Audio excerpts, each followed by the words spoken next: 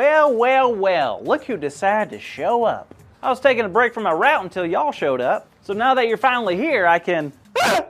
Oh, sorry. I thought I had a hole in the bottom of my bag and all my mail fell out. My bag does actually have a hole in it and all my mail's missing.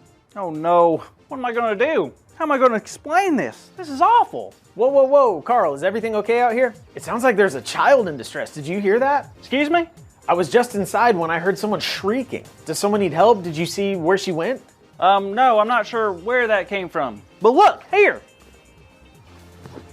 Hey, Carl, your bag has a hole in it. Well, yeah, I know that. I'm freaking out because all my mail's gone.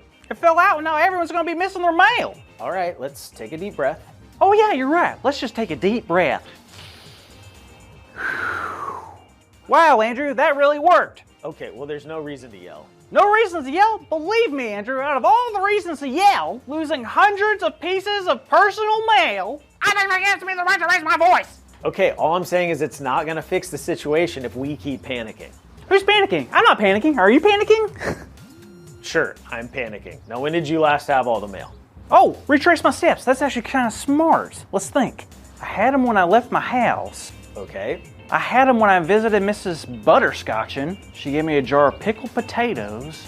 That's unexpected. Then I had them when I dropped off the letters to Mr. Montgomery's house. Then I had to run out of there. Why's that? Oh, his dog chases me. His dog got off the leash and chased me through the front yard. He would have torn me up if I didn't get over that big fence. Interesting. Was the top of the fence sharp? You know, now that you mention it, it kind of was. Wait, you don't think...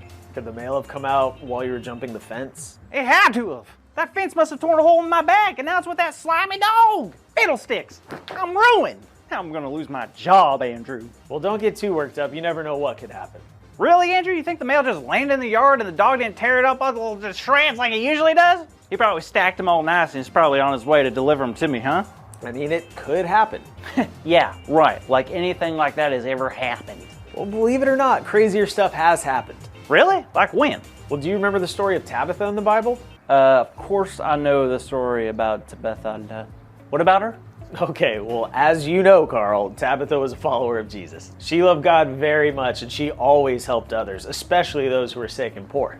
So Tabitha was a very good person. Very, but one day she got very sick. So sick that she actually ended up dying. It was truly an awful thing. And of course, it made everyone who loved her extremely sad. Okay, I'm gonna be honest with you. I was not very familiar with the story of Tabitha. Well, this is not how I wanted the story to end. Just wait. Now the word got out that the disciple Peter, you remember the disciple Peter, right, Carl? Of course. He was one of the original disciples of Jesus. He even walked on water with Jesus. Peter's great. Exactly. Well, they found out Peter was nearby, and they sent 2 men to go get Peter and bring him back. Why'd they need Peter? Well, I think they were hoping for a miracle. Really? What happened next? Peter walked into the house where Tabitha was, and people were surrounding him, and they were all crying. They ain't the only ones. It was then that Peter sent them out of the room. He got down on his knees, and then he began to pray. Oh, snap. Things are getting real. Peter turned toward Tabitha and said, "Tabitha, get up." Wait, isn't Tabitha dead? Yes, but we know God is a God of miracles, right? Right. So Tabitha opened her eyes, looked at Peter, and stood up. Tabitha was alive.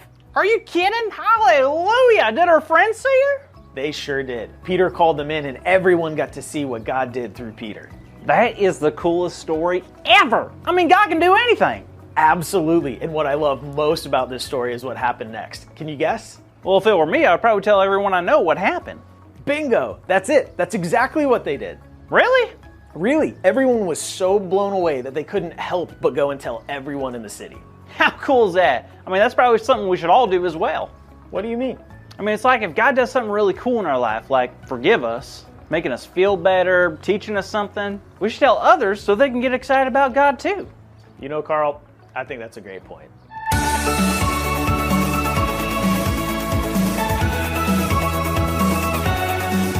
Hey everyone!